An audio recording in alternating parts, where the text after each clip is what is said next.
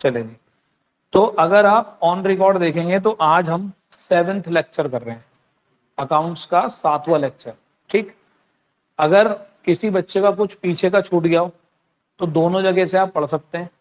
YouTube पे भी upload करता हूँ, वहां से ही पढ़ सकते हैं। और अपनी ऐप के अंदर, अगर आपने ऐप डाउनलोड कर ली, एक्सेप्ट हो गई है रिक्वेस्ट, तो ऐप के अंदर भी आपका बैच बना होता है, बैच के अंदर आपकी रिकॉर्डिंग्स होती हैं, आप वहां से भी कर सकते हो। दोनों जगह बैकअप रहता है पूरा पूरा। ठीक है, और ये बैकअप अभी तो ज्यादा काम नहीं आ रहा। ये बैकअप तब काम आएगा जब बैच फुल फ्लैज वे में चलने लगते हैं। इंट्रोडक्शन तो फिर भी चलो दोबारा रिपीट होता रहता है। अब आज के लेक्चर में हमें क्या क्या करना है, आज हमारा प्लान तो ये है कि हम इस पूरे चैप्टर को कंप्लीट कर लें, जो भी हमारे टॉपिक बचे हुए हैं। ठीक है, तो नियति अकाउंटिंग का मीनिंग मैंने बड़ा सिंपल कर दिया आपके लिए कि क्या है अकाउंटिंग का मतलब, हिसाब किताब करना। कि अगर हम बिजनेस को चला रहे हैं तो उसके लिए हमें हिसाब किताब जरूर करना चाहिए, चाहे हमारा बिजनेस छोटा है चाहे हमारा बिजनेस बड़ा है। करेक्ट। तो अब हमें कौन कौन से टॉपिक आज करने हैं, बेटा बुक पास करना। चलिए जी, जो भी हमारे टॉपिक्स बच गए हम सारे टॉपिक कोशिश करेंगे कि आज कंप्लीट हो जाएं। ठीक, क्योंकि बेटा देखो कहीं ना कहीं बुक से भी पढ़ना पड़ता है, नंबर तो बुक का पढ़ के ही आएंगे, ऐसा तो है नहीं कि हम अपने पास से कुछ भी लिख देंगे। अब आप आइएगा, आपको आज का मैं टॉपिक कराता हूं, और बहुत ही आसान सा टॉपिक, हर बच्चा आराम से समझ लेगा। ठीक, टॉपिक का नाम है एडवांटेजेस ऑफ अकाउंटिंग। इतना आसान टॉपिक कि आप इसे ये मान लीजिए कि आप आज यहाँ पहले दिन बैठकर पढ़ रहे हैं और आपको आराम से समझ में आएगा। ठीक, अकाउंटिंग का मतलब आप किसी से भी पूछ लो, वो आपसे यही कहेगा भाई साहब हिसाब किताब करना। तो मैं आपको ये समझाना चाह रहा हूँ भैया, ये अकाउंट्स रखने के क्या फायदे हैं। भैया आप मेरे पास आए और आप मुझसे कह रहे हैं कि भैया अकाउंट्स मेंटेन करने, मैं आपको उसके फायदे बता रहा हूँ कि अकाउंट्स मेंटेन करने के क्या क्या फायदे होते हैं। समझे बात। तो देखें, कोई बंदा ये भी कह सकता है, अब सपोज करो भाई साहब कहने लग गए, कह रहा भैया कुछ फायदा नहीं है, होना वही है जो भगवान ने चाहा। ठीक, बर्बाद होना होगा बिजनेस तो ऐसे ही हो जाएगा, फायदा होना हो तो ऐसे ही हो जाएगा, क्यों खामखा में अपना टाइम खराब करें, क्यों लिखत पढ़त के चक्कर में लगे। तो एक काम करो, जो हो रहा है होने दो, कुछ लिखने की जरूरत नहीं है। ये इनका अपना प्रोस्पेक्टिव हो सकता है, लेकिन एक अच्छा बिजनेस चलाने के लिए आपको कहीं ना कहीं हिसाब किताब करना ही पड़ता है। आप देखो इतने ग्राउंड लेवल की बात है, आप अपने घर के आसपास की एक दुकान पे जाओ, अब उसका जो दुकानदार है तुम उसे पर्सनली जानते होगे, पक्की बात है, तुम्हें भी पता है वो कितना पढ़ा लिखा है। लेकिन भाई साहब अगर वो किसी को उधार में 10 रुपए का भी गुड्स बेचता है, 10 रुपए का भी सामान बेचता है, तो उसके पास कोई ना कोई डायरी, कोई ना कोई बुक, कोई ना कोई रजिस्टर जरूर होता है, जहां पर वो लिख लेता है कि मैंने इसको अभी अभी 10 रुपए का गुड्स बेचा है, चाहे उधार बेचा, 10 रुपए का ही क्यों ना बेचा हो। समझे बात। तो भाई वो भी कहीं ना कहीं क्या कर रहा है, छोटी सी अकाउंटिंग ही कर रहा है। ठीक, अब हम आते हैं अकाउंटिंग की एडवांटेजेस क्या है, अपनी अपनी बुक में देखते रहिएगा। तो अकाउंटिंग की बेटे पहली एडवांटेज है, आप पढ़िए अपनी बुक से, financial information about the business.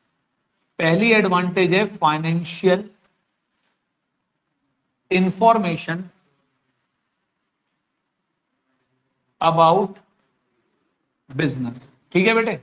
अच्छा देखो, वैसे तो हमें पता है कि अकाउंट्स पूरी तरीके से, अगर मैं इसके परसेंटेज की बात करूं हमारे सब्जेक्ट की, तो बेटे 95% ही मान लो, 95% न्यूमेरिकल है और 5% थ्योरी है। सही है, शुरू शुरू में बस ये 5% थ्योरी करी जाती है, मजबूरी है, पहले चैप्टर में है ही थ्योरी, न्यूमेरिकल सही नहीं। ठीक, लेकिन मैं आपको, और जुलाई स्टार्ट होते के साथ ही आपको मैं पूरी तरीके से न्यूमेरिकल्स पे ही ले आऊंगा। ठीक, आप ये मानो जुलाई का पूरा महीना हम न्यूमेरिकल ही करेंगे, थ्योरी बीच बीच में करा करेंगे। तो अब न्यूमेरिकल की नंबर भी आने वाला है, तो चीजों को बस आप समझें। बेटे पहला एडवांटेज ये है अकाउंट्स का, हिसाब किताब रखने का, कि financial information about the business. हमें अपने बिजनेस के बारे में सारी फाइनेंशियल इंफॉर्मेशन, मतलब जितनी इंफॉर्मेशन भी पैसे की टर्म्स में होती हैं, वो हमें सारी उससे मिल जाती है। किसको कितने का माल बेचा, किससे कितने का माल खरीदा, किसको कितने पैसे देने हैं, किससे कितने पैसे लेने हैं, कितनी मेरी प्रॉपर्टीज हैं, कितनी मेरे सिर के ऊपर लाइबिलिटी हैं, इस साल मैंने कितना खर्चा कर दिया, कितनी मेरी कमाई हुई। तो ये सब क्या है, फाइनेंशियल इंफॉर्मेशन। तो कोई भी इंफॉर्मेशन जो पैसे की टर्म में होती है वो फाइनेंशियल इंफॉर्मेशन ही होती है। और अकाउंट्स बनाने का सबसे पहला फायदा कि आपको वो सारी इंफॉर्मेशन मिल जाती है। अच्छा, अब एक बच्चा मुझसे पूछने लगा, भैया ये बताओ हम इस इंफॉर्मेशन का करेंगे क्या? मैंने कहा बेटा तुम बिजनेस के मालिक हो, तुम जो भी डिसीजन लोगे इसी के बेस पे ही लोगे। इस इंफॉर्मेशन के बेस पर आप क्या लेते हो? डिसीजन लेते हो। क्लियर? इसलिए इंफॉर्मेशन जरूरी है। दूसरी बात, दिमाग में ये आता है कि भैया एक बात बताओ, जैसे हम अब तक थ्योरी पढ़ते आए हैं, जैसे सोशल साइंस में थ्योरी होती थी, ठीक, हेडिंग होती थी, अंदर की लैंग्वेज होती थी, हम उसे रटते थे। क्या इसे रटना है? बिल्कुल भी नहीं रटना। केवल क्या पढ़नी है? हेडिंग। हेडिंग अच्छे से लर्न कर लेनी है। उसमें भी अगर थोड़ी बहुत ऊपर नीचे हो जाए तो भी कोई दिक्कत नहीं है। अंदर की लैंग्वेज आपको खुद ही लिखनी होती है पेपर के अंदर। सही है? तो बिल्कुल भी इस बात से मत डरना, अरे इसमें तो पूरा पेज भरा हुआ है, इसके अंदर तो 10 पॉइंट है, रटने हैं 10 पॉइंट। कुछ नहीं रटना। ऊपर की हेडिंग हेडिंग याद करो और अंदर की लैंग्वेज आपको अपने आप ही लिखनी है। क्लियर? तो समझने पे ध्यान दो, बस लिखने से कोई मतलब नहीं है। अब बेटे सेकंड पॉइंट है, क्या फायदा है दूसरा? Assistance to management. बेटे असिस्टेंस का मतलब होता है हेल्प। क्या होता है? और किसकी? मैनेजमेंट की। आप समझना थोड़ा सा, और सभी लोग एक बार दोबारा ध्यान देना, मैनेजमेंट कौन होती है? सपोज करो मेरा बिजनेस है, मैं ही मालिक हूं, मैं ही चला रहा हूं, तो इस केस में ऑनर और मैनेजमेंट दोनों सेम हुए। समझ में आ गई बात? ऑनर जो मालिक है, मैनेजमेंट जो उस बिजनेस को चला रहा है, दोनों लोग सेम ही हो गए। लेकिन बेटे कई बार ऐसा होता है, जब बिजनेस जितना ज्यादा बड़ा होता जाता है उसमें ऑनर कोई और होता है और मैनेजमेंट कोई और होती है। बिजनेस में मालिक कोई और होता है और उसको चलाने वाले लोग कोई और होते हैं। जैसे आप सपोज करो मिस्टर अंबानी की इतनी सारी कंपनियां हैं, कहीं वो रिलायंस फ्रेश चला रहे हैं, कहीं वो रिलायंस रिटेल्स चला रहे हैं, कहीं वो रिलायंस टेलीकॉम चला रहे हैं, रिलायंस पेट्रोलियम चला रहे हैं, इतनी हजारों तो उनकी कंपनियां हैं। तुम्हें लगता है कि वो हर कंपनी खुद चला रहे हैं बैठ के? नहीं भाई, उन्होंने तो पैसा लगा रखा है, या पब्लिक ने पैसा लगा रखा है, चलाने वाले लोग कोई और हैं। तो जो लोग कंपनी चलाते हैं उनको हम बोलते हैं मैनेजमेंट या मैनेजर्स। करेक्ट? अब बेटे जो भी हमारी अकाउंटिंग इंफॉर्मेशन है वो किसको हेल्प करेगी? मैनेजमेंट को। अब मैनेजमेंट को कैसे हेल्प करेगी? बेटे मैनेजमेंट को लेने होते हैं डिसीजंस। क्या लेने होते हैं? डिसीजंस लेने होते हैं कि भाई इस वाले सप्लायर से गुड्स खरीदूं ना खरीदूं, इस कस्टमर को गुड्स बेचूं या ना बेचूं। सामने वाला मुझे ऑफर दे रहा है कि भाई साहब मैं ये यूनिट आपकी 150 रुपए 150 रुपीज में खरीदने को तैयार हूं। ठीक, तो दिस इज द डिसीजन कि आप उसे 150 में बेचोगे नहीं बेचोगे। जब तक आपके पास ये डेटा नहीं होगा कि आपका सामान कितने का बना है, कितना आपका प्रॉफिट है, आप उसे एकदम से 150 पे हाँ थोड़ी कह दोगे। बेटे इतनी अकल तो एक सब्जी वाले में भी होती है। आप अभी कभी देखो, आप उससे खरीदते हो अपनी मम्मी को या घर में किसी को भी, वो कह रहा जी टमाटर 40 रुपए किलो है, मम्मी कह रहे नहीं नहीं भैया कहाँ 40 रुपए किलो, 25 रुपए किलो तो खूब आ रहे हैं। कह रहा नहीं जी 35 रुपए लगा लूंगा। मम्मी कहेंगी 30, वो कहेगा 35। भाई साहब वो 35 से नीचे आएगा नहीं अब। क्यों? उसे भी पता है 35 उसकी खुद की कॉस्ट आ रही है, या उसको बहुत थोड़ा सा ही प्रॉफिट हो रहा है, वो उससे नीचे कभी भी नहीं आएगा। तो बेटे कहीं ना कहीं हिसाब किताब को उसके दिमाग में भी चल रहा है। ठीक, तो यहां पर हिसाब किताब अगर मैनेजमेंट के पास सारी इंफॉर्मेशन होगी तो मैनेजमेंट डिसीजंस को ज्यादा अच्छे से ले पाएंगे। समझ में आती है? मेरी दुकान नारंग साहब आ गए गुड्स खरीदने, कह रहा भैया 1 लाख रुपए का गुड्स उधार दे दो। मैंने कहा तुम तो वही हो ना नारंग साहब प्रहलाद नगर वाले? कह रहा हाँ मैं ही हूँ। मैं कहा अच्छा। मैंने कहा कुछ याद आ रहा है, तुम मेरे पास 2-3 साल पहले भी आए थे। कह रहा हाँ भैया आया था मैं। भाई मेरे पास कहीं ना कहीं इंफॉर्मेशन होगी, आजकल सारा काम सॉफ्टवेयर में होता है। मैंने सर्च करा, देखा, तो पता चला मैंने पिछली बार इन्हें जब गुड्स बेचा था तो इन्होंने गुड्स खरीदने के 8-10 महीने बाद मुझे पैसे दिए थे। ठीक, मुझे आ गई बात समझ में कि इन्हें गुड्स नहीं बेचना, भाई ये फिर फंसा देगा। तो मैं क्या कहूंगा, भैया बिल्कुल ले जाओ, कोई दिक्कत नहीं है, नगद दे जाओ पैसे, उधार नहीं। भाई साहब उधार हमने बंद कर रखा है आजकल। बिल्कुल आप समझ रहे हैं, these are the tactics of running a business. ये बिजनेस चलाने के तरीके हैं। बिजनेस मैन किसी से लड़ता नहीं है कभी भी, बिजनेसमैन बीच का रास्ता निकाल लेता है।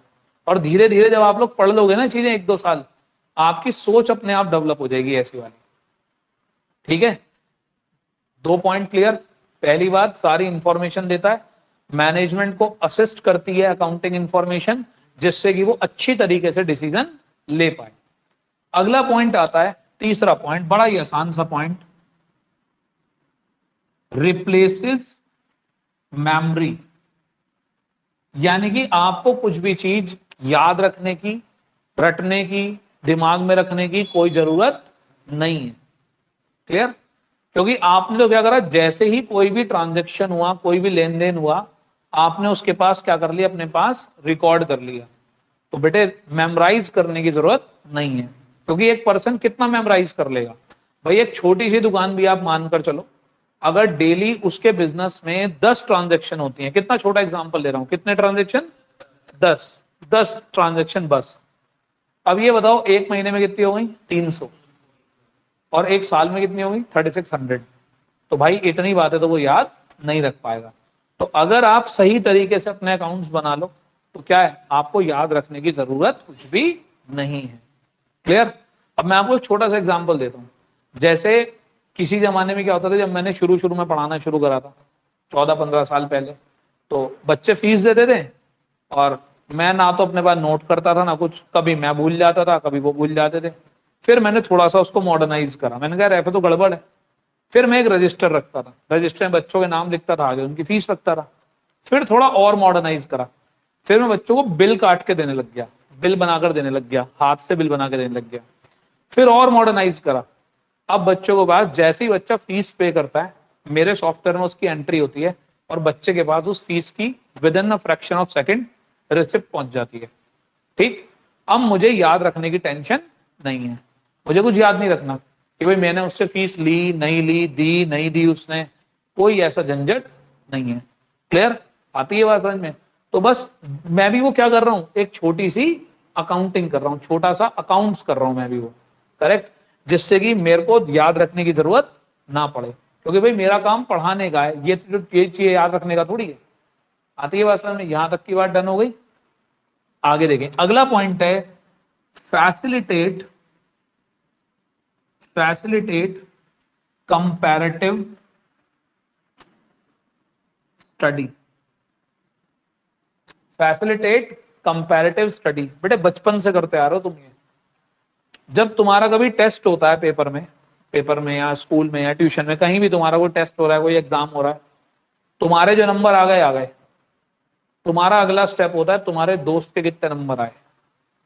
जो तुम्हारे साथ पूरे दिन हाथ में हाथ डाल के घूमता है, सबसे पहले तुम उसके नंबर जानना चाहते हो, और फिर क्या करते हो, उसे कंपेयर करते हो। क्या करते हो? कंपेयर। ऐसे ही हम लोग अकाउंटिंग इंफॉर्मेशन अपने पास मेंटेन कर रहे हैं, तो हमें पता चलेगा हमारे को कितना प्रॉफिट हुआ, हमारी कितनी सेल हुई, ठीक, हमने कितना गुड्स उधार में बेचा, कितना गुड्स हमने नगद में बेचा, ये सब हमारे पास इंफॉर्मेशन होगी। तो बेटे एक बात बताओ, हम अपनी इंफॉर्मेशन को दो जगह कंपेयर करते हैं, ध्यान से सुनना बिल्कुल, आप भी ऐसे ही करते हो। जब हम कंपैरिजन करते हैं तो पहली बात तो हमारा कंपैरिजन अपने आप से ही होता है, करेक्ट। तो पहला तो हम करते हैं कंपेयर विद प्रीवियस परफॉर्मेंस। सही?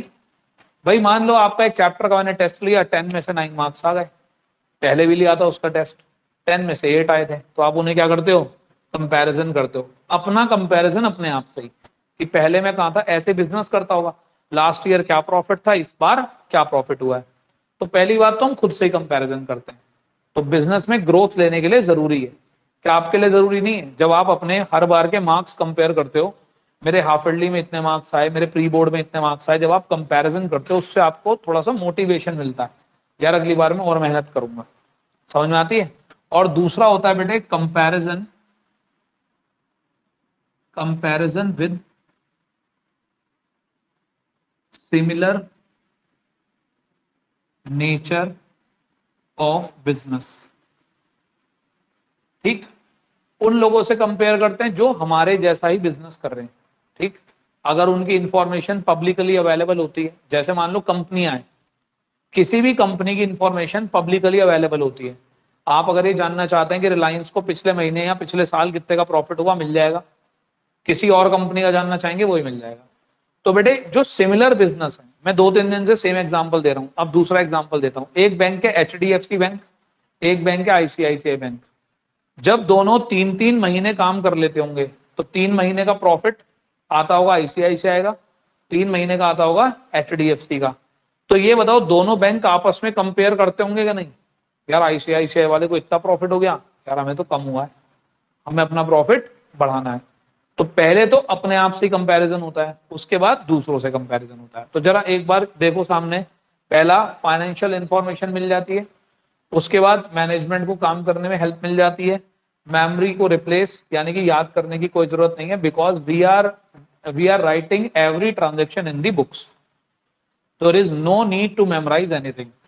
उसके बाद facilitate comparative study, if you have the information about the business you can compare your information with your self.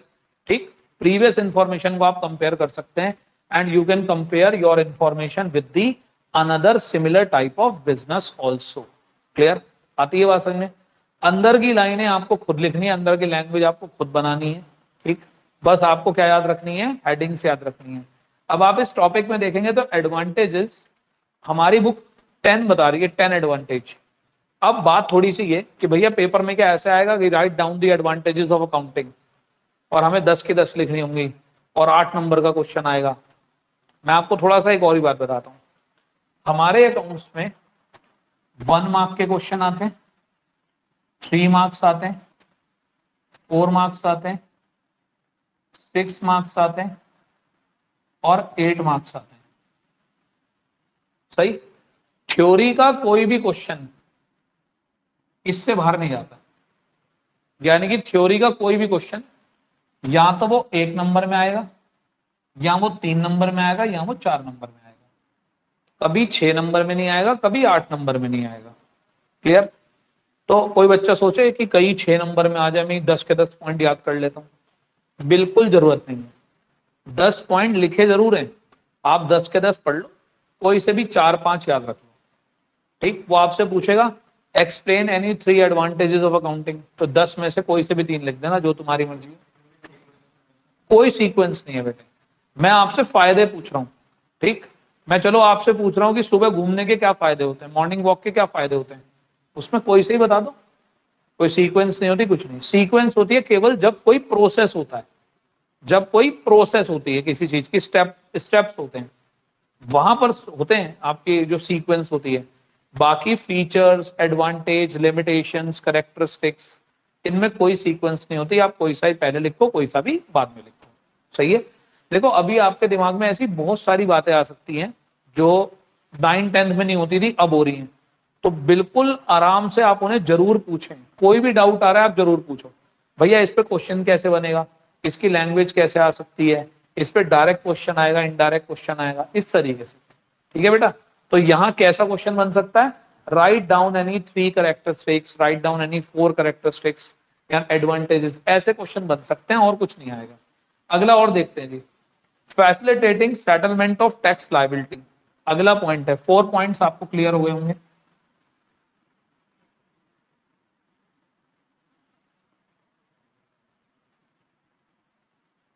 Next point है आपका 5th पॉइंट, फैसिलिटेटिंग, बुक की एग्जैक्ट लैंग्वेज है settlement of tax liability, settlement of tax liabilities. चलो थोड़ी सी सामान्य ज्ञान की बात भी करते हैं यहां पर। टैक्स लायबिलिटी, टैक्स, ठीक, बिजनेस पर 2 टाइप का टैक्स लगता है, एक होता है डायरेक्ट टैक्स और एक होता है इनडायरेक्ट टैक्स। ये मैं आपको आगे चलकर बहुत डिटेल में पढ़ाऊंगा, क्योंकि हमारे ही सिलेबस में एक टॉपिक है जीएसटी, जिसका आपने बहुत नाम सुना होगा, गुड्स एंड सर्विस टैक्स। हर चीज पर लग कर आता है जीएसटी जीएसटी जीएसटी, सुना है? उसकी भी हम बात करेंगे। तो मैं आपको बता रहा हूं कि 2 टाइप के टैक्स होते हैं, एक होता है डायरेक्ट टैक्स, एक होता है इनडायरेक्ट टैक्स। आजकल इनडायरेक्ट टैक्स के नाम पे जीएसटी आ गया है। क्या आ गया है? जीएसटी। हर जगह जीएसटी लग रहा है। आप कोई गुड्स मंगा लो, आप ऑनलाइन मंगा लो, आप ऑफलाइन खरीद लो, हर बिल के अंदर जीएसटी आपको दिखाई देगा। करेक्ट? डायरेक्ट टैक्स होता है जैसे कि इनकम टैक्स, एग्जाम्पल के तौर पर इनकम टैक्स।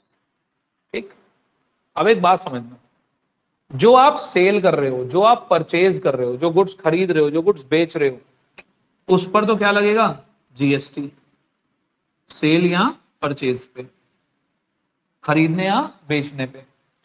और जो आपका अल्टीमेटली प्रॉफिट होगा, जो आपकी इनकम होगी लास्ट में, उस पर क्या लगेगा, इनकम टैक्स। अब मेरे को एक बात बताना सिंपल सी, आपने कभी सुना होगा हाल फिलहाल में, या अब थोड़ा आसपास की खबर रखना, कभी कभी ऐसे कहते हैं कि जीएसटी वालों ने उस जगह छापा मारा, किसी जगह जीएसटी वालों ने रेड कर दी। किस चीज की रेड करने जा रहे हो भाई, वहां दिक्कत क्या होती है, लोग माल बेच देते हैं बिना जीएसटी के, उसे कह देते हैं जीएसटी की चोरी कर ली। जीएसटी क्या कर ली, चोरी कर ली, करेक्ट। तो जब तक तुम्हारी सही सेल परचेज नहीं पता होगी, तो सरकार को उसका जीएसटी कहां से मिलेगा, सही है। इसीलिए सरकार कह रही है अब कोई बंदा ऐसा नहीं बचेगा जो अपने अकाउंट मेंटेन ना करे। हर बंदे को अपने क्या मेंटेन करने जरूरी है, अकाउंट मेंटेन करने जरूरी है। अभी हाल फिलहाल में ना आपको कुछ लोग मिलेंगे, मैं शुरू की क्लास में बात बता चुका, जो आपसे कहेंगे, आप पूछोगे जी क्या कर रहे हो बेटा, 10th के बाद क्या कर रहे हो, आप कहोगे जी मैं 11th कर रहा हूँ, कॉमर्स ले ली, कॉमर्स ले ली, क्या करूंगी, कॉमर्स लेके बैठ गए, कॉमर्स का भी कोई स्कोप है। उनसे पूछना बिजनेस करते हो, उनसे पूछ लेना बिजनेस करते हो, बिना कॉमर्स वाले के काम चल रहा है, बिना अकाउंटेंट के, बिना सीए के काम चल रहा है, उनसे पूछ कर देखना, सही।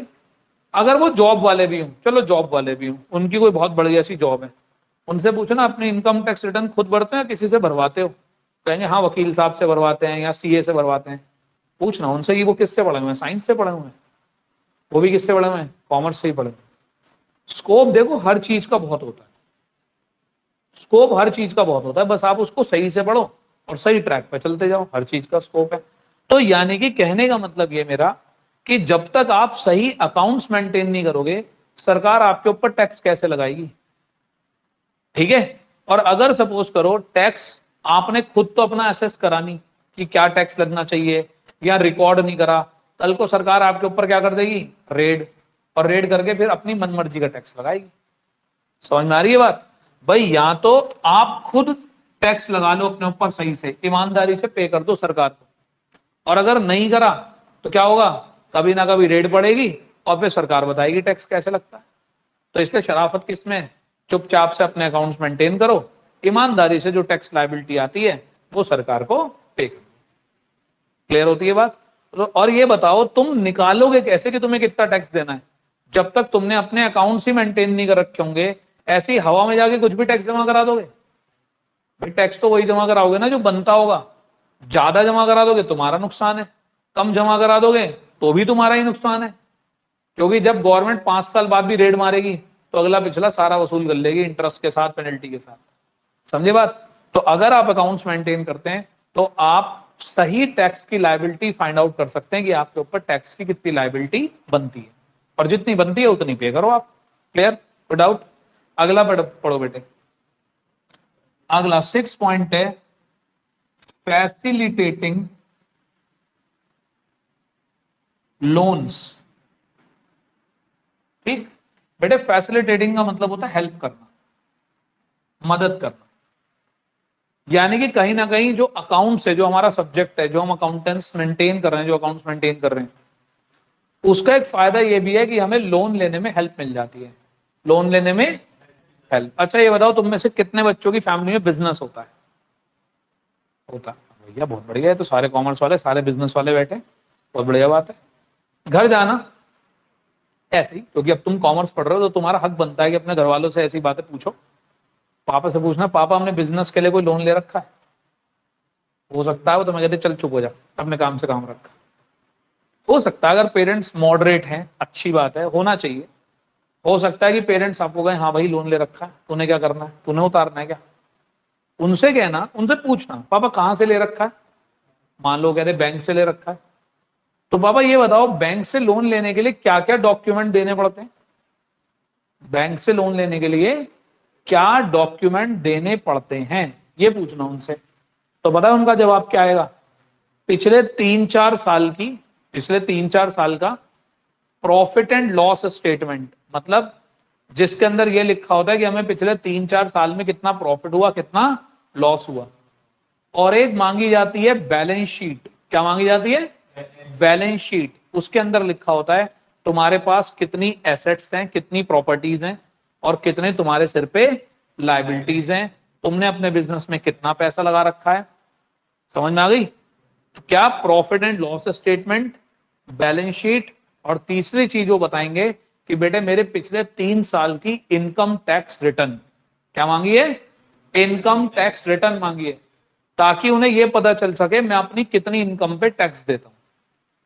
करेक्ट? तो इसका मतलब अगर मैं प्रॉपर अकाउंट मेंटेन करूं तो ही मेरे सही से profit and loss, balance sheet, यही सब बनकर आएंगे और मुझे लोन लेने में कैसी होगी? आसानी होगी। आसानी से मुझे लोन मिल जाएगा। आपके पास चाहे कितने भी पैसे हों, आप जाकर बैंक को ये बोलो भाई साहब मेरे को 50 लाख का लोन चाहिए, लेकिन मेरे पास डॉक्यूमेंट कुछ नहीं है, कहेगा भाई साहब हमारे पास लोन कुछ नहीं है, टाटा बाय बाय, हम आपको कोई लोन नहीं दे सकते। प्रॉपर पेपर्स हैं, प्रॉपर अकाउंट्स हैं तो हम आपको लोन दे सकते हैं, अदरवाइज हम आपको लोन नहीं दे सकते। समझ में आती है बात? तो डाउट यहां तक? ठीक। तो सेटलमेंट ऑफ टैक्स लायबिलिटी में भी आसानी होती है और लोन लेने में भी आसानी होती है अगर आप अकाउंट्स मेंटेन करते हैं तो। क्लियर है? अगला पढ़ते हैं बेटा। अगला है, बस ये लास्ट कराऊंगा, उसके आगे के आप 3 अपने आप पढ़कर देख सकते हैं। Evidence in court. अगर मान लो कभी किसी से डिस्प्यूट हो जाए, झगड़ा हो जाए, ठीक, तो जो हमने अपने अकाउंट स्टेटमेंट बनाए होते हैं, जो हमने प्रूफ अपने पास संभाल कर रखे होते हैं, तो वो एविडेंस की तरह कोर्ट में क्या आते हैं? काम आते हैं। समझ में आ रही बात? सबूत की तरह काम आते हैं। सपोज करो कि मेरा और जीवांश भाई का आपस में डिस्प्यूट हो गया। जीवांश भाई कह रहे हैं कि सर मैंने आपको फीस दे दी थी, मैं कह रहा हूं नहीं दी थी। डिस्प्यूट हो गया, अब ये कोर्ट चले गए, मैं भी कोर्ट चला गया, आपस में झगड़ा हो गया, कोर्ट पहुंच गया।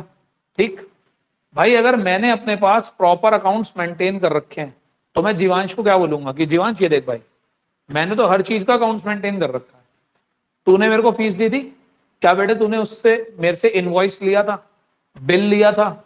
ये कह रहा नहीं लिया था, इसके पास कोई प्रूफ ही नहीं है। बताओ कैसे प्रूव होगा? गवर्नमेंट के सामने कोई प्रूव नहीं कर पाएगा ना। तो मैं जीत गया क्योंकि मैंने अपने पास प्रॉपर अकाउंटिंग कर रखी थी, मेरे पास सारे सबूत थे खरीदने के, बेचने के, हर चीज के। इसके पास कुछ भी नहीं था। करेक्ट? और सोचो, मैंने अपने यहाँ रिकॉर्ड नहीं कर रखा लेकिन इसके पास बिल है मेरा, तो ये जीतेगा ना। ऑल्दो मैं कहता हूँ कोर्ट जाने की जरूरत ही नहीं पड़ने की, सबूत दिखाते ही तो वैसे ही सामने ला रहे, हाँ हाँ भाई साहब सॉरी सॉरी मैं भूल गया था। समझ में आती है बात? तो इसका मतलब अगर बाई चांस जरूरत पड़ जाए तो बेटे जो अकाउंटिंग स्टेटमेंट्स होते हैं, जो अकाउंट्स होता है हमारा, जो हिसाब किताब हमने सही तरीके से करा होता है, वो कोर्ट में सबूत के तौर पर काम आता है कि अगर कोई झगड़ा हो जाए तो उसे आपस में सेटल किया जा सके। क्लियर? यहां तक कोई डाउट? पक्का? उसके आगे के 3 पॉइंट आप ऐसे ही पढ़ लो। फैसिलिटेटिंग सेल ऑफ बिजनेस, अगर आप अपना बिजनेस किसी को बेचना चाहते हैं तो आपके अकाउंट से ये पता चल जाता है आपके पास कितनी सेल आप कर रहे हो, कितना खर्चा है, आपका बिजनेस प्रॉफिट में है या लॉस में है। करेक्ट? तो ये सब चीजें वहां से पता चल जाती हैं। उसके बाद assistance in the event of insolvency. एक वर्ड आया है इनसॉल्वेंसी, मेरा टारगेट पॉइंट समझाना नहीं है, मेरा पॉइंट बस एक नया वर्ड आया वो समझाना।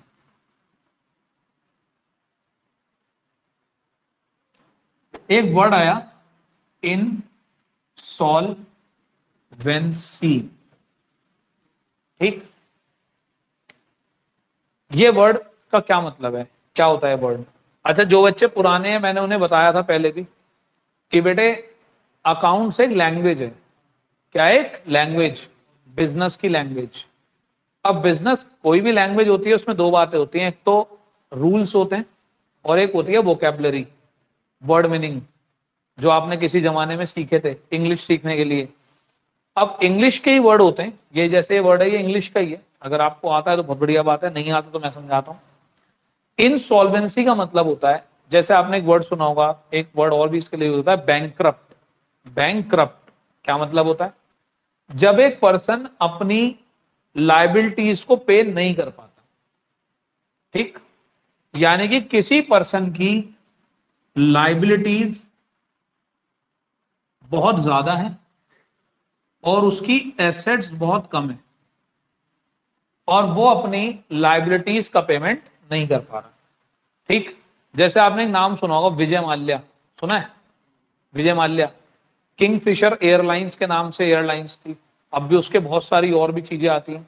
ठीक, किंगफिशर का ऑनर विजय माल्या, वो इंसॉल्वेंट हो गया, देश छोड़ के भाग गया। ठीक, क्या मतलब था उसका?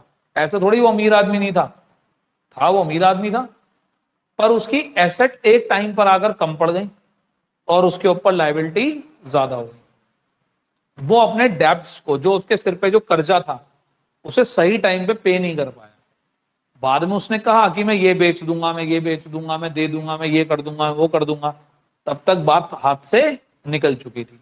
तो अगर कभी ऐसा हो जाए कि किसी पर्सन के पास एसेट बहुत कम है और उसके सिर पे लाइबिलिटी बहुत ज्यादा हो गई है, तो उस सिचुएशन को हम बोलते हैं इनसॉल्वेंसी। क्या बोलते हैं? यानी कि सीधा सीधा कह दो, जैसे हम यूं कह देते हैं, भाई वो तो डूब गया, ऐसे कहते हैं वो तो डूब गया भाई, उसका तो बिजनेस डूब गया। अब डूब गया कोई पानी में थोड़ी डूब गया, डूब गया इन सेंस बर्बाद हो गया वो। ये वर्ड हम बहुत सुनते हैं, यार वो तो बर्बाद हो गया बेचारा। बर्बाद मतलब उसके पास एसेट तो इतनी सी है और उसके सिर पे कर्जे इतने सारे हैं। तो अब हो सकता है उसे अपनी पर्सनल प्रॉपर्टी बेचनी पड़ रही हो, गाड़ी बेचनी पड़ रही हो, ज्वेलरी बेचनी पड़ रही हो, तब जाके वो उसका पेमेंट कर पाएगा। करेक्ट? तो यहां पर assistance in the event of insolvency का क्या मतलब है? अगर बाई चांस आपका बिजनेस ऐसे पॉइंट पर पहुंच जाए कि आपका बिजनेस बंद होने वाला है, तो भी आपकी अकाउंट बुक्स आपकी हेल्प करती हैं। ठीक, उसमें ये पता होता है कि किससे कितने पैसे लेने, किसको कितने पैसे देने। समझ में आती है बात? तो ये पॉइंट है। अगला है हेल्पफुल इन पार्टनरशिप अकाउंट। अगर आप किसी के साथ मिलकर बिजनेस करते हैं तो वो भी तो और भी ज्यादा हेल्पफुल होता है। आप सोचो, हम सब लोग मिलकर पार्टनरशिप कर लें, ठीक, सब मिलकर पार्टनरशिप कर लें, भाई सबके हाथ में पावर है, सब मालिक है। ठीक, अगर मान लो ये भैया कुछ काम करते रहें और कहीं पर भी रिकॉर्ड ना करें, हमारे साथ धोखेबाजी होने के चांसेस ज्यादा है ना। पार्टनरशिप में धोखेबाजी होने के चांसेस ज्यादा होती है, इसलिए हर चीज को रिटर्न करना जरूरी होता है, हर चीज को अकाउंट्स में डालना जरूरी होता है। क्लियर है? 10 पॉइंट है। ठीक, सीधी बात कहनी चाहिए मुझे, 10 पॉइंट की कतई कोई जरूरत नहीं थी, यहाँ पे फालतू के पॉइंट है। एडवांटेजेस तो बच्चा धीरे धीरे खुद सीखेगा कि अकाउंट बनाने के क्या फायदे होते हैं। आप कोई से भी 4-5 याद कर सकते हैं, मैंने आपको एक बार समझा दिए। और बेटे ये पहली बार ही समझाए जाते हैं सारे, आज के बाद मैं आपको पूरे साल में कभी दोबारा परेशान नहीं करूंगा कि ये पॉइंट दोबारा समझ लो।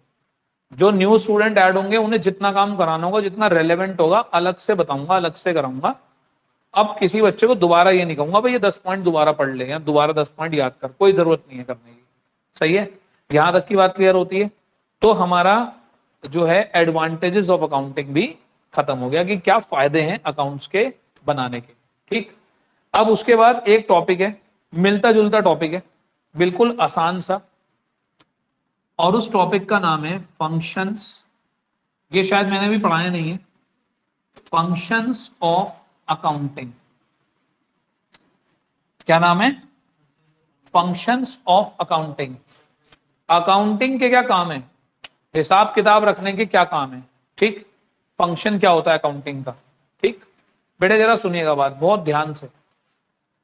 पहला, सबसे पहला फंक्शन लिखा हुआ है, आप अपनी बुक से भी रीड कर सकते हैं, maintaining systematic accounting records. Accounts का सबसे पहला काम होता है किसी भी चीज को अपनी बुक्स में लिख लेना, रिकॉर्ड कर लेना। सही? तो यानी कि अकाउंट्स बनाने का सबसे बड़ा फंक्शन है सिस्टमैटिक रिकॉर्ड्स। ठीक है, ज्यादा इसमें भी दिमाग खराब नहीं करना अपना। ठीक, क्योंकि अभी अगर मैं आपसे एडवांटेज पूछ लूं तो भाई ये एक एडवांटेज भी है, ये एक फीचर भी है, ये एक एट्रीब्यूट भी है। सही है? करेक्टरिस्टिक सेकंड नंबर का टॉपिक था। सही है? आती है बात समझ? दूसरा पढ़ना बेटे, प्रिपेयरिंग फाइनेंशियल स्टेटमेंट। प्रिपेयरिंग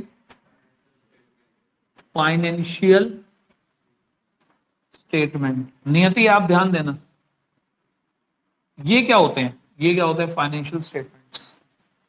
अगर मैंने किसी से पूछा, मैंने कहा भाई तू अकाउंट्स क्यों बना रहा है, कह रहा भाई मैं जानना चाहता हूं मुझे कितना प्रॉफिट हुआ कितना लॉस हुआ। ठीक, ये चीज हमें क्या बनाकर मिलती है? फाइनेंशियल स्टेटमेंट्स बनाकर। क्या बनाकर? Financial statements. फाइनेंशियल स्टेटमेंट्स से हमें दो सबसे इंपॉर्टेंट इंफॉर्मेशन मिलती हैं। पहली बात, हमारी प्रॉफिटेबिलिटी कितनी है, और दूसरा हमारी पोजीशन क्या है। बेटे पोजीशन पता चलती है एसेट्स और लायबिलिटीज से, ठीक है। आगे जब आप थोड़ा सा पढ़ लोगे, लगभग अक्टूबर में, अक्टूबर के महीने में इसका हमारे पास एक पूरा चैप्टर है अलग से, ठीक है जी। तो ये पूरा चैप्टर मैं आपको कराऊंगा फाइनेंशियल स्टेटमेंट के नाम से, ठीक है। तो यानी कि पहली, अकाउंट्स का पहला फंक्शन वो सिस्टमैटिक रिकॉर्ड बनाता है, दूसरा फंक्शन वो फाइनेंशियल स्टेटमेंट बनाने में हमारी हेल्प करता है, तीसरा legal requirement, meeting legal requirement. अब बेटे एक बात बताओ, जिसने जीएसटी नंबर ले रखा होगा, ठीक, लॉ कहता है, कानून कहता है कि भाई उसे अपने यहां पर प्रॉपर बुक्स ऑफ अकाउंट्स बनाने जरूरी है, ठीक। तो अकाउंट्स आप ये भी कह लो, एक तो हम अपनी मर्जी से बनाते हैं, और एक भाई हम डर से ही बनाते हैं। किससे बनाते हैं? डर से। किसका डर? कानून का डर, लॉ का, सरकार का डर। उस डर से भी हम अकाउंट्स बनाते हैं। और बेटे हम तो इंडिया में रहते हैं, इंडिया में तो 90% लोग जो अकाउंट्स बनाते हैं वो डर से ही बनाते हैं। डरते हैं इसलिए बनाते हैं, यार रहने दे यार, कोई छापा वापा लग जाएगा यार, चुपचाप से बना ले भाई। एक अकाउंटेंट रख देते हैं, उसे एक लैपटॉप कंप्यूटर देते हैं, भाई तू तेरा काम यही है, तू अकाउंट बनाता रहे बस। समझे बात? तो अकाउंट्स, लॉ भी ये कहता है, लीगल रिक्वायरमेंट भी ये कहते हैं कि आप अगर बिजनेस कर रहे हैं तो आपको अकाउंट्स बनाने चाहिए। तो पहला, अकाउंट सिस्टमैटिक रिकॉर्ड बनाता है, फाइनेंशियल स्टेटमेंट्स बनाता है, कानून की रिक्वायरमेंट्स को पूरा करता है। क्योंकि ऐसे बहुत सारे लॉ हैं, जैसे कि कंपनीज एक्ट है, पार्टनरशिप एक्ट है, इनकम टैक्स एक्ट है, ये कानून है, लॉ है, इनके अकॉर्डिंग अकाउंट्स बनाना कंपलसरी है। तुम्हारी मर्जी नहीं है तुम बनाओगे नहीं बनाओगे, बनाना पड़ेगा। आती है बात समझ में? अगला देखिए क्या है, communicating the financial information. Communicating the financial information,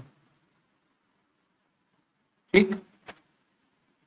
अब बेटे फाइनेंशियल स्टेटमेंट से हमें क्या मिलती है? फाइनेंशियल इंफॉर्मेशन मिलती है। इन्हें कम्युनिकेट करना, कम्युनिकेट करना मतलब दूसरों को बताना। और जो पुराने बच्चे हैं वो तो पढ़ भी चुके हैं कि हम किसे कम्युनिकेट करते हैं? यूजर्स को। बताओ कितने टाइप के होते हैं यूजर? इंटरनल और एक्सटर्नल। इंटरनल यूजर और एक्सटर्नल यूजर, दो टाइप के यूजर्स होते हैं जिन्हें हम अपनी इंफॉर्मेशन कम्युनिकेट करते हैं। तो यानी कि फंक्शन क्या हुआ? पहला फंक्शन सिस्टमैटिक रिकॉर्ड बनाना, दूसरा फाइनेंशियल स्टेटमेंट बनाना, तीसरा लीगल रिक्वायरमेंट्स को पूरा करना, और जो भी हमारे यूजर हैं उन्हें जो भी इंफॉर्मेशन चाहिए वो इंफॉर्मेशन उन्हें प्रोवाइड कराना। लास्ट है, अभी दोबारा वही रिपीट हुआ है पॉइंट, ये आपने अभी अभी भी पढ़ा था 2 मिनट पहले, असिस्टेंस टू मैनेजमेंट। पढ़ा था जी, असिस्टेंस टू मैनेजमेंट, मैनेजमेंट को डिसीजन लेने में हेल्प करना। तो अभी जब हमने फंक्शंस पढ़े थे तो फंक्शंस के ऊपर भी सेकंड पॉइंट यही था, फंक्शंस का, सॉरी आपने जो ये पढ़े थे एडवांटेज जो पढ़े थे, एडवांटेज का सेकंड पॉइंट भी यही था और इसमें भी यही है, ठीक। तो यही इसका काम है, यही इसका फायदा है। समझ में आती है? अभी जब आप आगे इनके आंसर्स लिखोगे तो आप मान लो एक आधे का पॉइंट यहाँ से उठा के यहाँ से उठा के यहाँ डाल देते हो तो उससे कोई बहुत बड़ा फर्क नहीं पड़ता, क्योंकि आप ध्यान से सोच कर देखो ये सारे पॉइंट इंटरचेंज होने वाले हैं। कोई फायदा है तो वो फीचर भी है, कोई फीचर है तो वो फायदा भी है, कोई फंक्शन है तो वो फायदा भी है। समझ में आ रही बात? तो बस 5-7 पॉइंट जब मैं आपको इसके समरी नोट्स दूंगा तो 5-7 पॉइंट ऐसे बनाकर दूंगा कि जो आप ऑब्जेक्टिव में भी लिख सकते हो, एट्रीब्यूट्स में भी लिख सकते हो, फंक्शंस में भी लिख सकते हो, जहां लिखना चाहो वो 5-7 पॉइंट लिख कर आ जाना, वो बिल्कुल सही बैठते हैं। ठीक है, क्लियर है यहां तक की बात? कोई डाउट? तो क्या खत्म करें हमने अभी? एडवांटेज और फंक्शंस।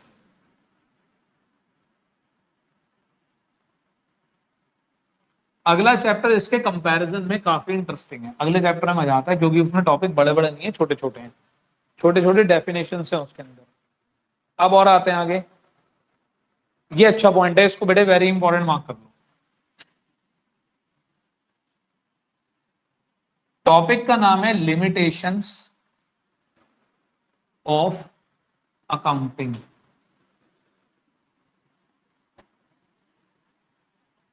ठीक, आप जिस सब्जेक्ट को पढ़ रहे हैं या जिसे पढ़ेंगे उसकी कुछ बुराइयां भी हैं, कुछ ऐसे पॉइंट्स हैं जहां पर आकर अकाउंट्स फेल हो जाता है। अकाउंट्स क्या हो जाता है? फेल हो जाता है। अकाउंट्स हमारे किसी काम का नहीं रहता, कुछ पॉइंट ऐसे हैं। ठीक, ये वेरी इंपॉर्टेंट टॉपिक है। लिमिटेशंस में से हर बार एक क्वेश्चन जरूर मिलता है पेपर में, और जो मैं मार्क कराऊंगा, जो सा पॉइंट में मार्क कराऊंगा, वो तो मोस्ट इंपॉर्टेंट है, वो पेपर में जरूर आएगा, जरूर पूछा जाएगा, 101%। क्लियर? अब जरा सुनिएगा, पहला पॉइंट बेटे, accounting is not fully exact. यानी कि अकाउंटिंग आपको 100% सही रिजल्ट नहीं देती।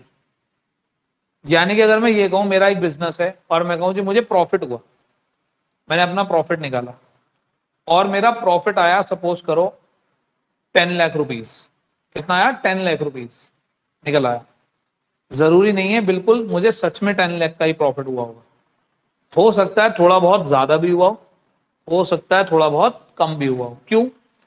अकाउंटिंग में ऐसी कई जगह होती हैं जहां पर हमें चीजें एस्टिमेशन के बेस पर लेनी पड़ती हैं। किस बेस पर? यानी कि बहुत सारी ऐसी जगह अकाउंट्स में जहां हमें क्या करना पड़ता है बेटे? बताओ जल्दी, क्या लिखा है मैंने? एस्टिमेशन, अंदाजा। और बेटे जहां अंदाजा आ जाता है वो चीज कभी भी 100% करेक्ट नहीं होती। ठीक है, जैसे सपोज करो, छोटा सा एग्जांपल देता हूं। मेरे पास एक मशीन है, ठीक, मुझे ये देखना है कि इस मशीन की वैल्यू कितनी कम हो गई। मैं 5 लाख रुपए की लेकर आया था और मैंने तुम्हें बुलाया, मैंने कहा भाई साहब बताना जरा अब ये मशीन कितने की होगी, इसकी वैल्यू कितनी कम हो गई पहले से। उसे एक नाम दिया जाता है डेप्रिसिएशन। क्या नाम देते हैं? डेप्रिसिएशन, जब किसी एसेट की वैल्यू कम हो जाती है। मैंने आपसे पूछा भाई साहब इसकी वैल्यू कितनी कम हो गई होगी? आपने कहा भैया मुझे ऐसा लग रहा है कि अब ऐसी होगी है 4,50,000 के आसपास की। 4,50,000 के आसपास। ये अंदाजा ही है, एग्जैक्ट नहीं है ये। तो आपने मान लो डेप्रिसिएशन ले ली 50,000 रुपए की, एसेट की वैल्यू कितनी कम हो गई? 50। लेकिन भाई ये 50 एग्जैक्ट तो है नहीं कि उसकी वैल्यू सच में पूरी 50,000 ही कम हुई होगी, ना 1 रुपया ज्यादा ना 1 रुपया कम। ऐसा तो बड़ा मुश्किल है ना। तो ऐसे ही आप ज्यादा, ऐसा भी हो सकता है कि कम ही ना हुई हो, ऐसा भी हो सकता है कि उसकी वैल्यू और ज्यादा कम हो गई हो, 4 लाख की रह गई हो। तो आपने जैसे ही एस्टिमेशन लगा दिया, आपको सही रिजल्ट, फुली एग्जैक्ट रिजल्ट कभी भी नहीं मिलेगा। तो आपको इसके अंदर ये लिख कर आना है पेपर में कि अकाउंटिंग में ऐसी बहुत सारी जगह होती हैं जहां पर हमें एस्टिमेशन लेना पड़ता है, और जब हम एस्टिमेशन लेते हैं तो अकाउंटिंग पूरी तरीके से एग्जैक्ट नहीं होती, करेक्ट, तो उसका रिजल्ट एग्जैक्टली नहीं आ सकता। अगला पॉइंट पढ़ते हैं जी, अनरियलिस्टिक इंफॉर्मेशन। कभी कभी ऐसी इंफॉर्मेशन आती है हमारे सामने जो भरोसा करने लायक नहीं होती। ठीक, अनरियलिस्टिक होती है, जिसपे यकीन करना मुश्किल है। ठीक है, सपोज करो तुम्हारे पापा जो बिजनेस कर रहे हैं, जिस दुकान में उन्होंने अपना शोरूम बना रखा है या अपनी फैक्ट्री बना रखी है, वो उन्होंने नहीं खरीदा, वो उनके पापा ने खरीदा था। ठीक, जिस जगह वो बिजनेस कर रहे हैं, उनके पापा ने वो बिल्डिंग खरीदी थी, मान लेते हैं 50 साल पहले, 50 साल पहले खरीदी थी। और आपको पता है 50 साल पहले प्रॉपर्टी की वैल्यू क्या थी और अब क्या है? मान लो उन्होंने वो 5 लाख रुपए की खरीदी थी। कितने खरीदी? तो भाई एक बात बताओ, वो खरीद के कितने की लाए? 5 लाख। उन्होंने अपनी बुक्स में शो कितने की कर रखी होगी? 5 लाख, और वो हर साल अब 5-5 लाख की आ रही होगी, 5-5, क्योंकि हम अपने आप से बढ़ा तो सकते नहीं। आगे चलकर आप पढ़ेंगे हम अकाउंट्स में कोई चीज बढ़ा नहीं सकते, हम उसे हिस्टोरिकल कॉस्ट पे नोट करते हैं। हिस्टोरिकल कॉस्ट मतलब जितने में हमने खरीदी होती है।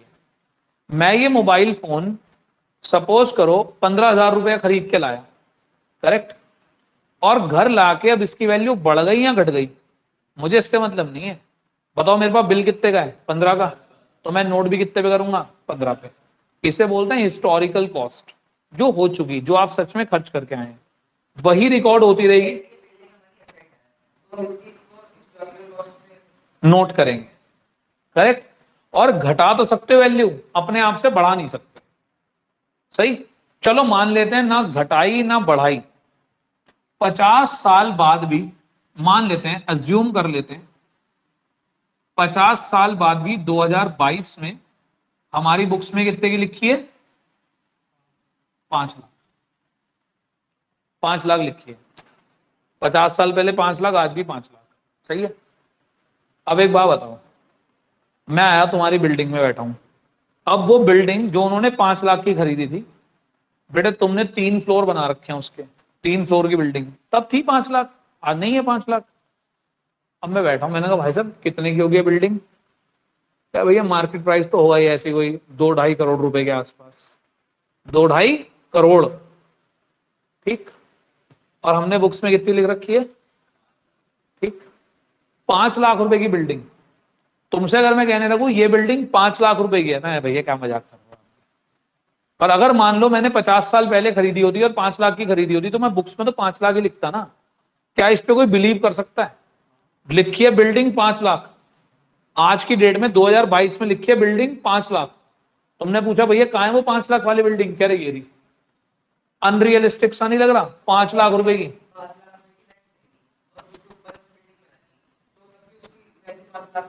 बेटे हम बढ़ा नहीं सकते वैल्यू, आपने उस टाइम पर जितने की वैल्यू दिखा दी वो वही चलती रहेगी, ठीक। वो लैंड एंड बिल्डिंग हो गई एक साथ, अभी मैंने खाली बिल्डिंग लिखा है, मैंने लैंड एंड बिल्डिंग नहीं लिखा एक साथ। चलो मान लेते हैं लैंड एंड बिल्डिंग ही है, लैंड भी है, उस पर बिल्डिंग बना भी ली है, सही, वही चलती आ रही है आगे।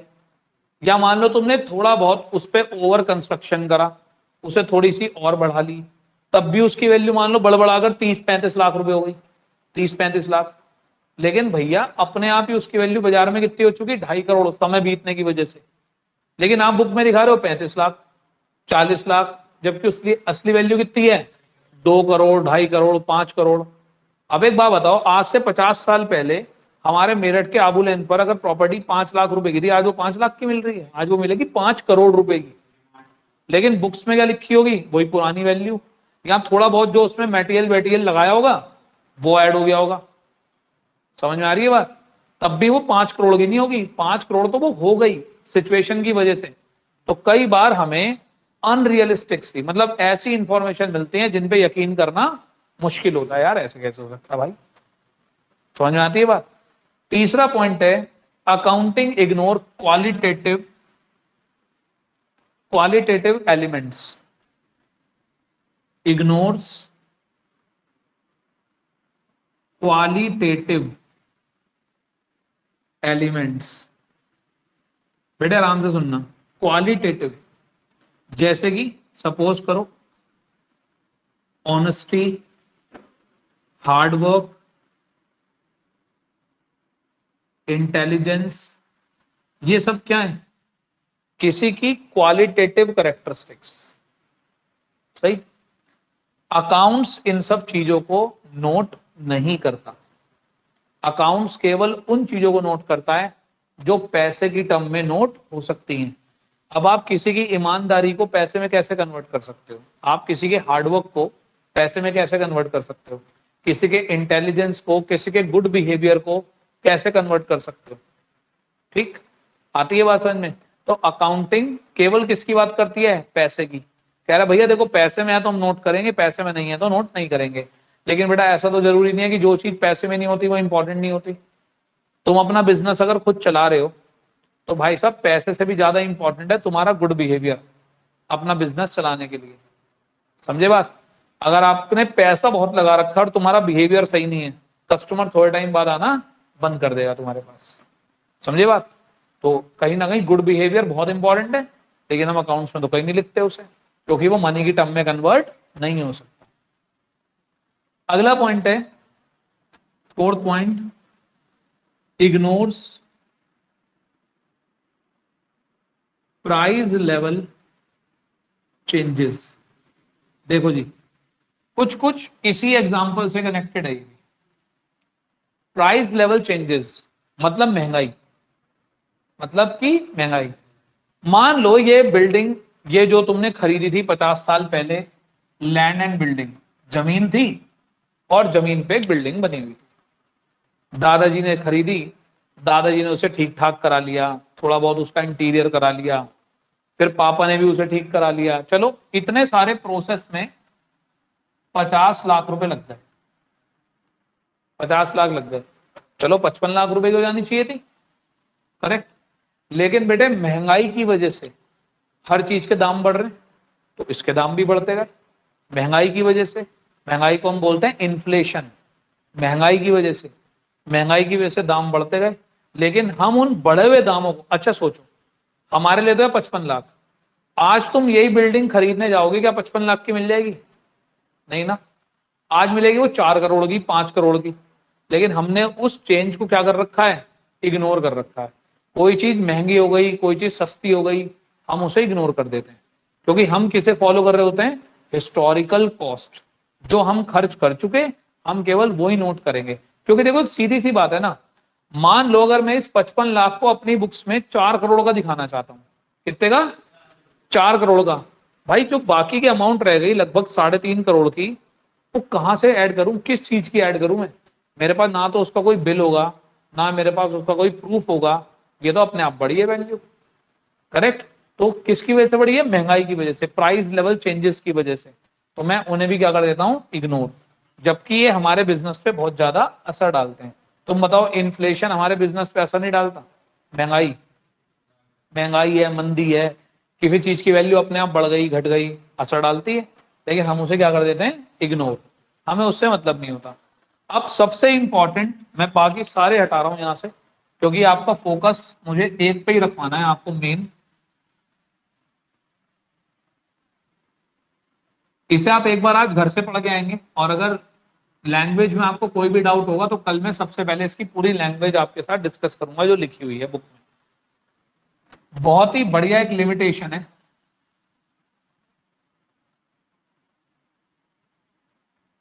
जिसका नाम है विंडो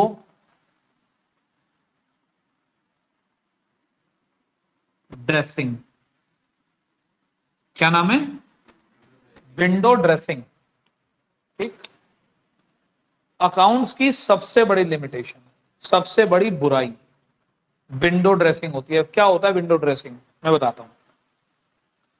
कभी आप बाजार गए हो तो आप देखते हैं कि दुकानों के बाहर एक बड़े अच्छे अच्छे डिस्प्ले लगे हुए होते हैं। ठीक। डिस्प्ले में वो अपनी वही आइटम शो करते हैं जो दुकान की सबसे अच्छी आइटम होती है। ठीक।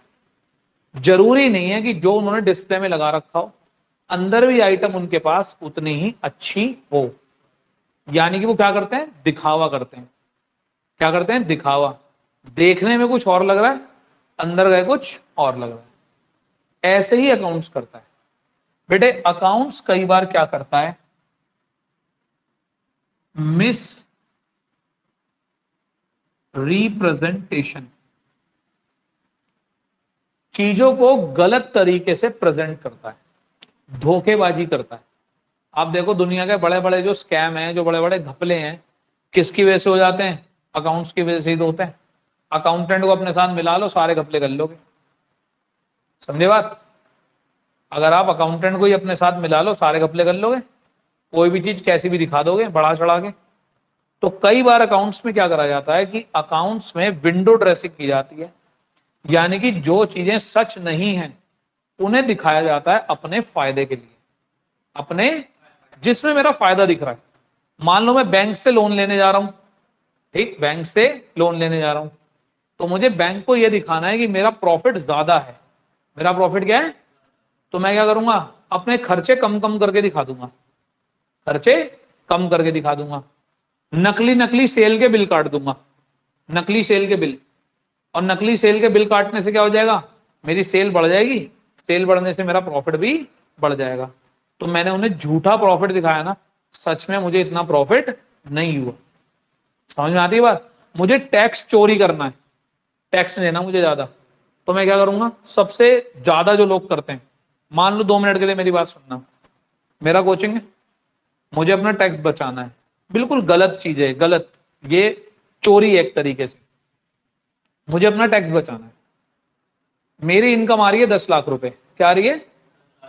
मैंने क्या करा, तुम सबको बोला, मैंने कहा भैया ऐसा है, तुम सबको मैं 2-2 हज़ार रुपए दूंगा। भैया क्या करना है? मैंने कहा बस कुछ नहीं, एक जगह साइन करना है। भैया किस चीज के साइन है? मैंने कहा तुम ये एग्री कर लो कि तुम मेरे एम्प्लॉइज हो। कौन हो मेरे? एम्प्लॉइज। तुम सबको 2-2 हज़ार रुपए दूंगा। और मैंने तुम्हारे नाम पर सैलरी इशू कर दी, सबको 1-1 लाख रुपए की। सही है? तो एक बात बताओ, सैलरी इशू करते ही मैंने अपना खर्चा ज्यादा दिखा दिया, खर्चा ज्यादा दिखाते के साथ ही मेरा प्रॉफिट कैसा हो गया? कम हो गया। ये मैंने झूठ ही तो बोला है। बताओ, मक्कारी करी या नहीं करी? करी ना। तो अकाउंट्स की वजह से ये हो सकता है। ठीक, लोग क्या करते हैं, उसे मिस एप्रोप्रिएट करते हैं, गलत तरीके से प्रेजेंट करते हैं, धोखेबाजी करते हैं। ठीक, तो अकाउंटिंग की ये सबसे बड़ी लिमिटेशन है, जिसको बोलते हैं विंडो ड्रेसिंग। चीजों को ऐसे दिखाना जिससे अपना फायदा हो, सामने वाले को गलत इंफॉर्मेशन दिखाते हैं। बेटे जरा मेरे साथ एक बार पढ़ भी लो आप लोग, विंडो ड्रेसिंग क्या होता है, पढ़ना बेटे। The term window dressing means manipulation. बेटे मैन्युपुलेशन समझते हो ना, चीजों को मैन्युपुलेट करना, बदलना। ठीक, manipulation of accounts in a way so as to conceal the vital facts, ताकि क्या कर सके वो, कंसील कर सके, हाइड कर सके, hide the vital facts. Vital का मतलब होता है इंपॉर्टेंट, इंपॉर्टेंट इंफॉर्मेशन को हम कई बार क्या कर लेते हैं, छुपा लेते हैं। सही है? मिस अप्रोप्रिएट करते हैं चीजों को, मिस रिप्रेजेंटेशन करते हैं। ठीक, and present the financial position to show better position than what actually is. सच में हमारी जो पोजीशन है उससे बेहतर दिखाते हैं, मतलब वो दिखाते हैं जो हमारे फेवर में जा रही हो। जब टैक्स बचाना है तो अपना प्रॉफिट घटा लेते हैं, और जब बैंक के पास लोन लेने जाना है तो अपना प्रॉफिट बढ़ाकर दिखा देते हैं। समझ में आ रही बात? मतलब वो काम कर देते हैं जिसमें अपना फायदा हो।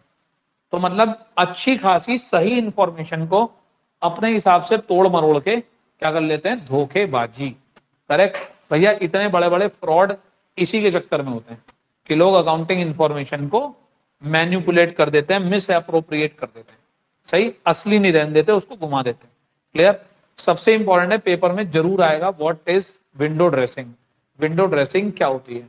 करेक्ट। तो बस आप इसकी 2-2.5 लाइन की डेफिनेशन आप याद कर लो, that is more than enough. ठीक, कि विंडो ड्रेसिंग का मतलब है मैन्युपुलेशन ऑफ अकाउंट। क्या मतलब है? मैन्युपुलेशन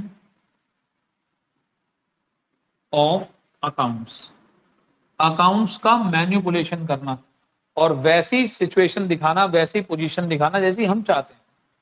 अगर हमें लग रहा है प्रॉफिट ज्यादा दिखा के फायदा तो ज्यादा दिखा दो, कम दिखा के फायदा तो कम दिखा दो। ठीक, क्लियर होती है यहाँ तक की बात? कोई डाउट यहाँ तक? अभी भी निपटा नहीं है चैप्टर, एक दो छोटे छोटे टॉपिक रह गए हैं, अभी भी रह रहा है थोड़ा सा। ठीक है, चलो कल का दिन और लगाएंगे, कंप्लीट कर देंगे।